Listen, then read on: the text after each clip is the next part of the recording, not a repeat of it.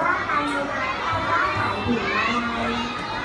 ที่จะบอกให้นะคะการเรียนและการวาดแสดงถึงเอกลักษณ์ของความเป็นไทยที่ชนชาติอื่นไม่มีหรือที่เรียกอีกอย่างหนึ่งว่าสยาม